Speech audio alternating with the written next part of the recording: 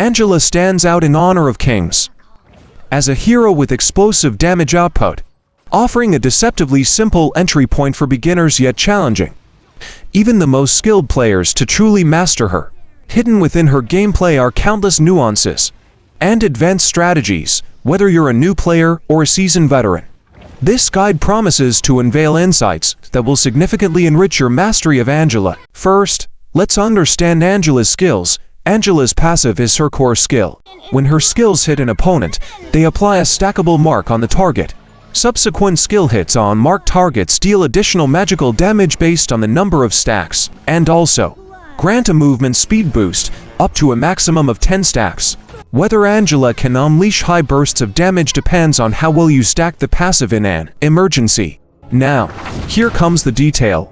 Hitting with all of the first skill adds up to 5 stacks, as everyone knows. And the second skill hit can also add up to 6 stacks. So, playing Angela effectively means stacking the passive well, because missing even 1 stack can significantly reduce the damage. The next step is how to maintain this high damage. This can be seen through the movement speed stacks in the status bar, because both the movement speed bonus and the passive's duration last for 3 seconds. As long as it's decreasing slowly, it means the passive is still active, and you're dealing 10 stacks of passive damage to your opponent. Moreover, this movement speed passive can also enhance roaming efficiency early in the game. Just use the first skill to pass through minions or jungle creatures, absorbing multiple units, and you can directly stack up to 10 layers of movement speed boost. Having talked about the passive, let's discuss Angela's active skills. The first skill is also Angela's core skill. She throws 5 small fireballs to a designated location, dealing magical damage. If all 5 hit a single unit, the damage from the second fireball onwards is only 30%. This skill's description is short, but it has many practical tips. The first tip is called Scattering Blossoms. You see, when I move the first skill's indicator close and release it, the small fireballs scatter outwards. Mastering this tip allows us to hit 3 minions simultaneously when the minion line is dispersed, or when facing agile opponents or targets at a distance. This tip can achieve long-range hit. Even if it doesn't defeat them, it can still stack 1 or 2 layers of the passive, increasing the damage of subsequent skills. This tip is very practical, but I estimate many players who have played Angela might not know it. The second tip is the crossing first skill. Many beginners might think to deal full damage with the first skill, you must aim at the center of the target, but as an experienced player, I can responsibly tell you, it's not necessary. You just need to lock the skill indicator slightly in front of the opponent to utilize the crossing trait of the first skill and hit the opponent with all the scattered fireballs. The last tip is using the first skill to scout bushes. All of Angela's skills, as long as they hit a unit, will trigger the passive speed boost. You can observe through the status bar to see if someone is in the bushes. Also, using the scattering first skill can scout a large area in the bushes. Like this. Throw a first skill into the bush. If the fireball flies out, it means the position is safe. If it's consumed by the bush, it means someone is there. This technique can also scout both sides of the river bushes. Next, let's talk about the second skill. The second skill is also one of Angela's core control skills. Angela throws a large fireball towards a designated location, which stops upon reaching its maximum range or hitting a target, causing a 1-second stun on direct hits. The fireball then splits into a flame vortex, dealing magical damage to nearby enemies every 0.5 seconds for 3 seconds, and reduces their movement speed by 50% for 1.5 seconds. This skill can be used in combination with flash. The sequence is to activate the second skill and then quickly flash. Use the left joystick to control the skill's direction, flinging it left or right as needed. The main purpose of flash second skill is to increase the chase distance and bypass minions, jungle creatures, and tanks to hit the target.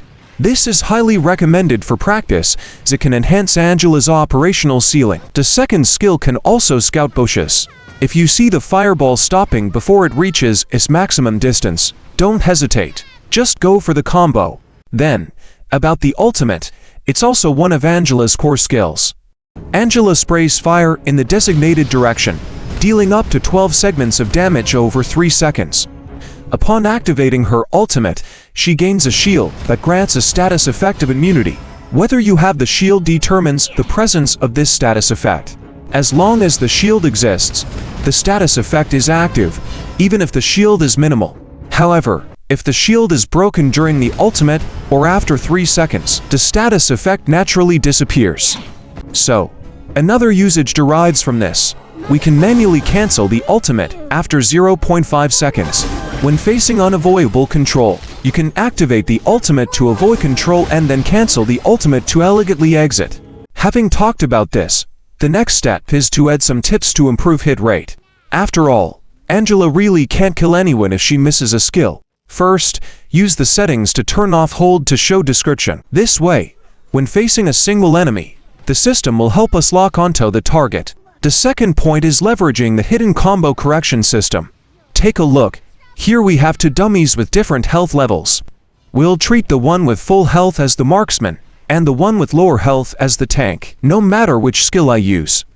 The system will automatically lock onto the one with the lowest health, however. If I first use the second skill on the marksman with higher health, and then follow up with the first and third skills, the system will directly target the marksman with full health. This is the built-in combo training system in action. Isn't it fascinating?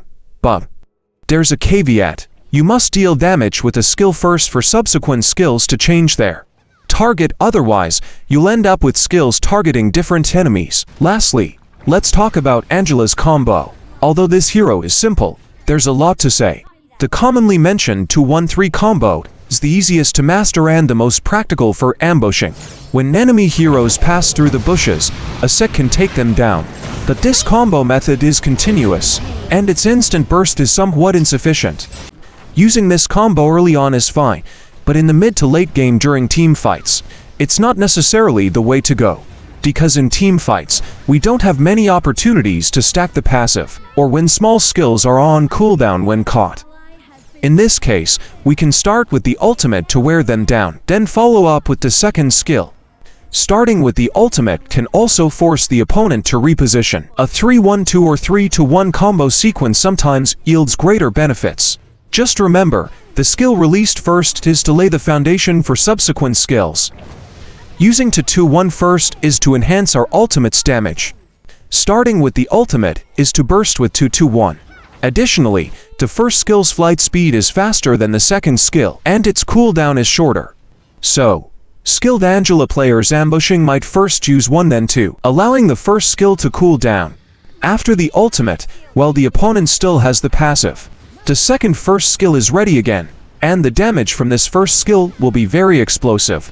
In summary, to play Angela well, you can't be formulaic.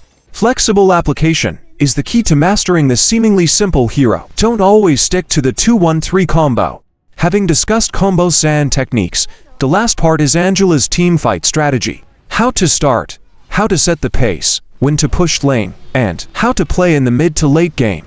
Thoroughly dispelling any confusion about Angela. Early on, it's simple. Prioritize quickly seizing the lane. Use the first skill to target the back row of minions. This way, the second first skill can completely clear the entire minion wave. If there's a chance at level 2, go for the opponent's 3 little pigs to level up to 4 as quickly as possible. When attacking the pigs, pay attention. Start with the first skill, then throw the second skill, and then another first skill. This basic sequence is almost guaranteed to secure the kill. The early game is very important for Angela. You can't miss the precious development time because this hero is all about the economy. In front of an economically advantaged Angela, there are no tanks or squishy heroes. All can be taken down in one combo. Mid-game, we can gank the sidelines. Playing Angela, you must learn to hide yourself, waiting in places where the opponent passes by. You never know how terrifying a missing Angela can be from the enemy's perspective. As for how to improve the success rate of catching people, fake vision is definitely a required course. Not only can it be used after seizing the lane, but after ganking the sideline. If the lane is about to push, you can give a fake vision back to the lane, then change bushes and wait for the opponent coming to defend. It's very easy to catch someone. And there's a knack to starting the catch. Use the first skill to force the opponent's position, the second skill to hold and deter, driving the opponent to our second skill's predicted landing spot. Following up with the ultimate, it won't miss. Mid-game. Many players might feel lost, unsure whether to target the marksman in the farm lane or the clash lane. Generally, after level 4, prioritize targeting the marksman to break through their development, freeing our own marksman to switch lanes. If the sideline has heroes without displacement, or those who don't rush boots of resistance early, we can also try to gank them. If there's no opportunity on both sides to set the pace, we can look for chances in the river bushes.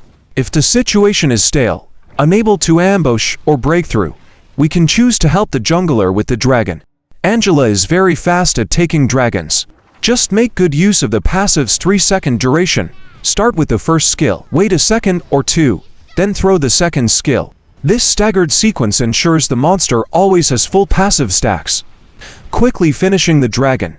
As for how Angela should play in team fights, the correct approach is to find good positioning. Follow behind teammates in a group, providing cover next to them. If the opponent's assassin poses a big threat to the backline, we need to pay more attention to whether they're missing from vision. If they attempt to target the squishy heroes, we reserve our control skills for them. If the opponent can't get close, we save our skills for the front line, because a fully equipped Angela can easily deal explosive damage. After completing a set of skills, pay close attention to positioning during the cooldown period, because opponents fear an Angela with skills ready. Once your skills are on cooldown, the opponent will take advantage of the opportunity. If you find yourself able to win team fights, but unable to push high ground, observe the position of your own minion waves. Use the opponent's desire to control the lane to ambush under the tower, or after the minion wave enters high ground. Maintain good vision behind and wait for the opponent to clear the lane. Use skills to disrupt their clearing, as control skills can generally secure a kill in one combo. Mastering this playstyle means you've fully learned Angela. Lastly, about Angela's equipment and Arcana. The Arcana recommendation is 3 Avarice, 7 Hunt, 10 Mind's Eye, and 10 Nightmare. For equipment, the recommended standard build starts with Spell Tome pre-purchase to increase early gain clearing speed. Then build into Arcane Boots and the Scepter of Reverberation, followed by a Blood Clan's Grimoire. To 20% lifesteal from the Blood Clan's Grimoire, with 10% cooldown reduction, offers a very high cost-performance ratio. Then buy a Savant's Wrath, which can instantly take down squishy heroes. Then complete the Insatiable Tome, and if facing heroes with displacement who also have resistance shoes, wait for the Void Staff to be completed to burst them down before they can use their displacement. Finally, get the Splendor. The Splendor and the Insatiable Tome together provide 20% cooldown reduction, exactly meeting Angela's cooldown needs. If you get a blue buff, you'll reach 40% cooldown reduction. The Splendor equipment can also be swapped for a Sage's Sanctuary to revive. Beginners following this equipment set will definitely not go wrong. That's it for this episode. Angela is a hero worth investing time in and easy to get started with. I hope this video has been helpful to you. Subscribe to my channel. I'm Yun Singh. See you in the next one.